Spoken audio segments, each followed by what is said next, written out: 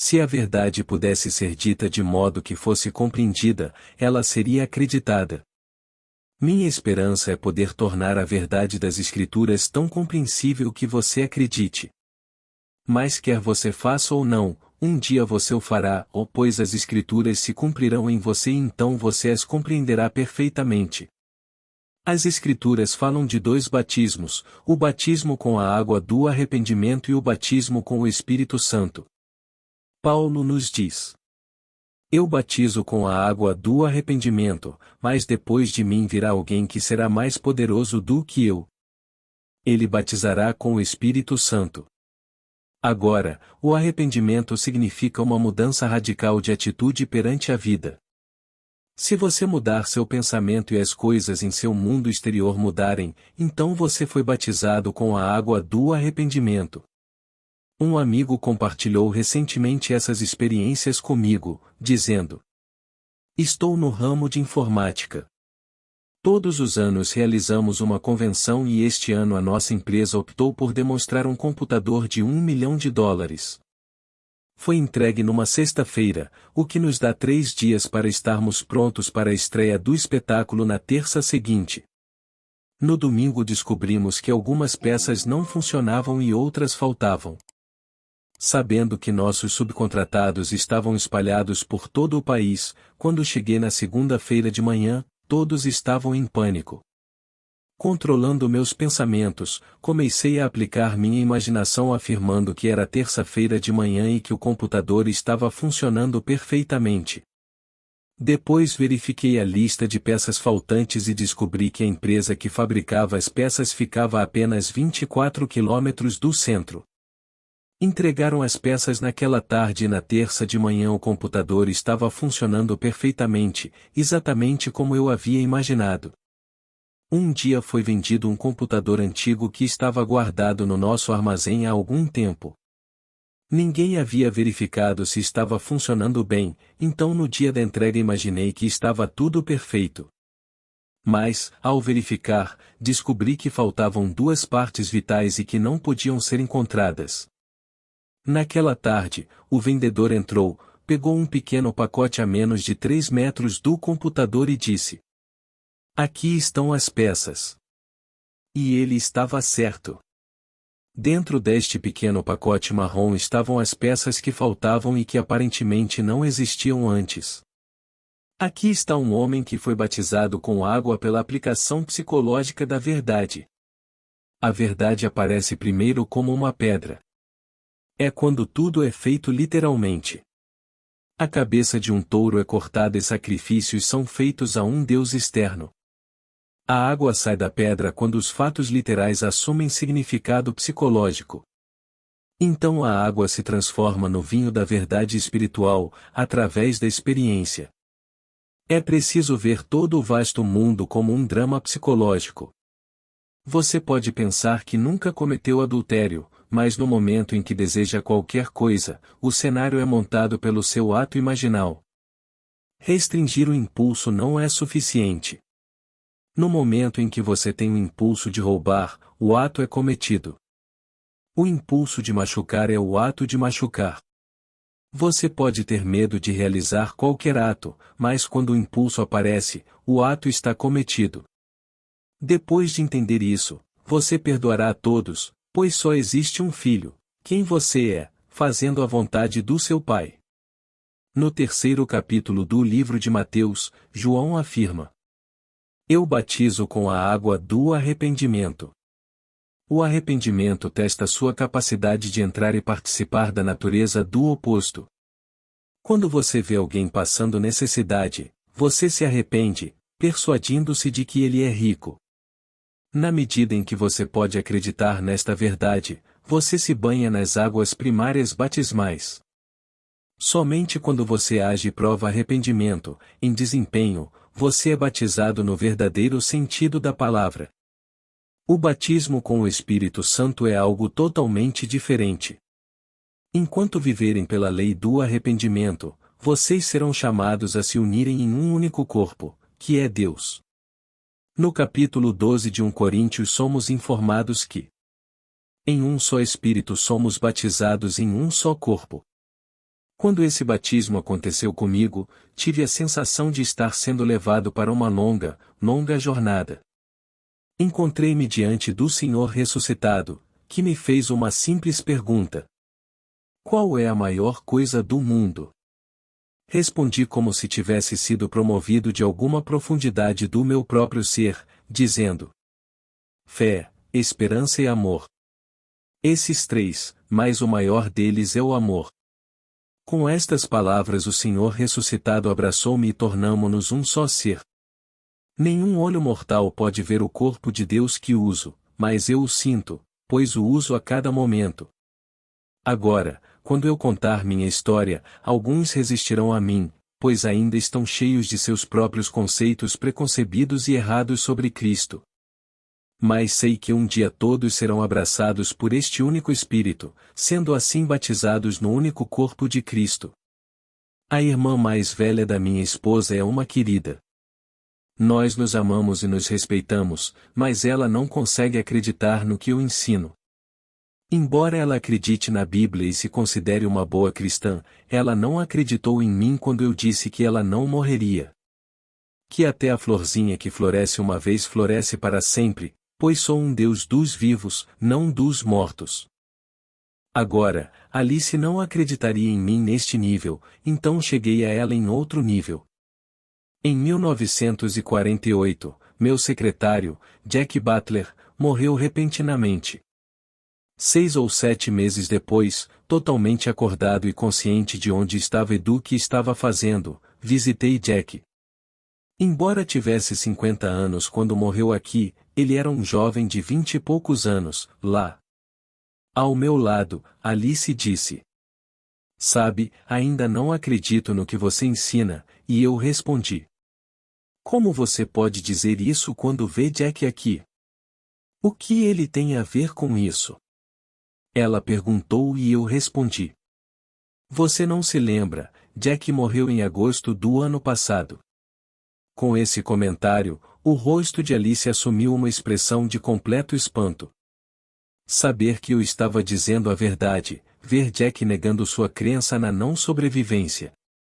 Então Jack falou dizendo: quem está morto? E eu disse: Jack, você não está morto, mas morreu. Eu lhe dei um bom funeral católico e seu corpo está enterrado em um cemitério católico. Oh, ele disse. Você é estúpido. Você diz que não estou morto, mas morri. Isso não pode ser. Então eu disse a Alice: vem aqui, coloquei minha mão na coxa de Jack e disse: veja, minha mão não atravessa a carne dele. É sólido. Se eu o cortasse agora, ele sangraria. Ele machucaria como você machucaria.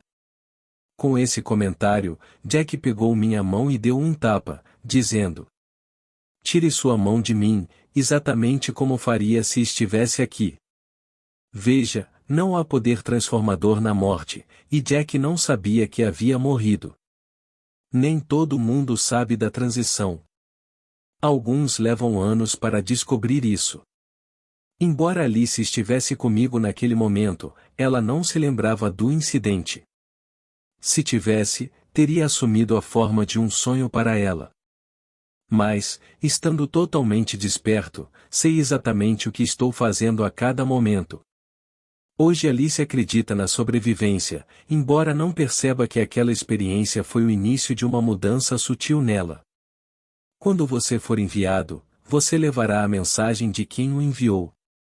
Você dirá a todos que ouvirem que existe apenas um corpo, um espírito, um amor que abraça e incorpora o indivíduo em um único corpo que é o Senhor Jesus Cristo.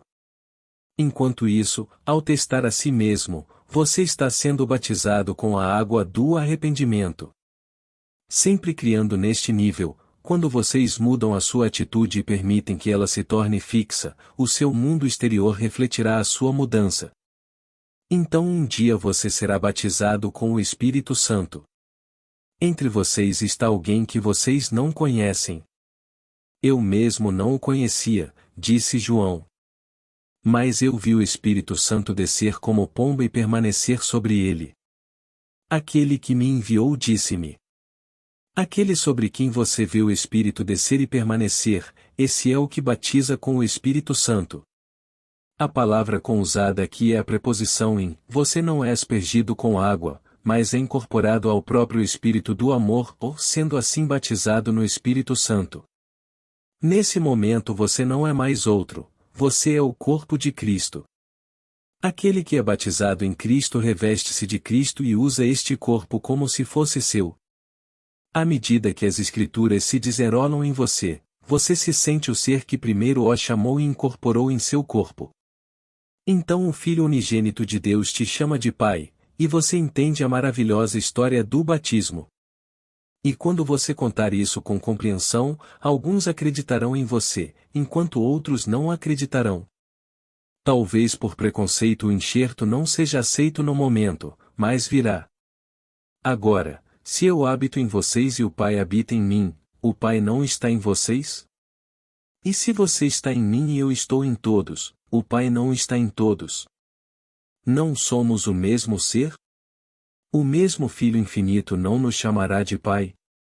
Aqueles que acreditam que Jesus Cristo foi um homem que viveu há 2000 anos não conseguem compreender um Cristo cósmico, habitando em todos, que é Deus Pai. Mas Deus, o Pai de toda a vida, está alojado em cada indivíduo.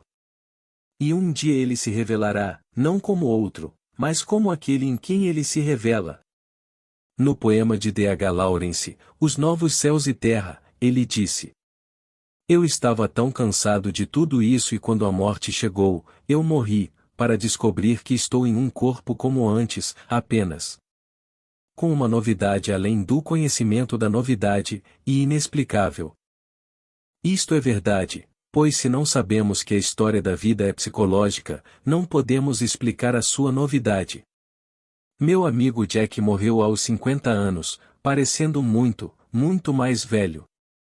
Mas quando o vi, 6 ou 7 meses depois, Jack era um jovem de 20 anos, num corpo com uma novidade que ultrapassava o conhecimento da novidade. A decomposição do corpo de Jack, que ele usou enquanto esteve aqui, já havia avançado, mas Jack não sabia que ele havia morrido. O corpo de um amigo de 100 quilos pode virar cinzas em questão de 1 hora, contudo, quando você o encontrar, ele não entenderá como foi renovado, pois para ele seu corpo é sólido e real. Ele respira e envelhece assim como o seu aqui.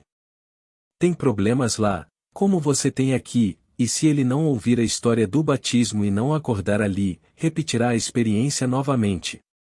Enquanto esteve aqui, Jack não sabia que a história da vida era psicológica, e ele não sabe disso lá. Ele comparecia às minhas reuniões apenas porque estava interessado em conhecer pessoas. Ele se recusou a assumir qualquer obrigação da sociedade. Ele não se casaria, mas amava todas as mulheres e todas elas o amavam. Ele ainda ama todos eles e ainda não percebeu que a vida é psicológica e sempre se renova pela semente do pensamento contemplativo. O Sr. Lawrence chamou sua experiência de ressurreição, mas a palavra é restauração. Ele falou sobre ser restaurado à vida com uma novidade além do conhecimento da novidade. Isto é verdade, pois os dentes ou cabelos que faltam aqui são renovados instantaneamente, mas as pessoas não param para refletir sobre esse fato. Eles não param para perceber que tinham 90 anos quando morreram. Que eles não passaram pelo ventre de uma mulher, mas voltaram à vida aos 20 anos. E, porque os problemas da vida estão sobre eles, eles tentam cegamente descobrir como pagar o aluguel, comer e cuidar das necessidades de seus corpos, assim como você faz aqui. Eles estão num mundo terrestre, exatamente como este, mas não nesta seção do tempo. Mas quando você ressuscita, você nasce no único corpo do Senhor Jesus Cristo. Isso é o paraíso.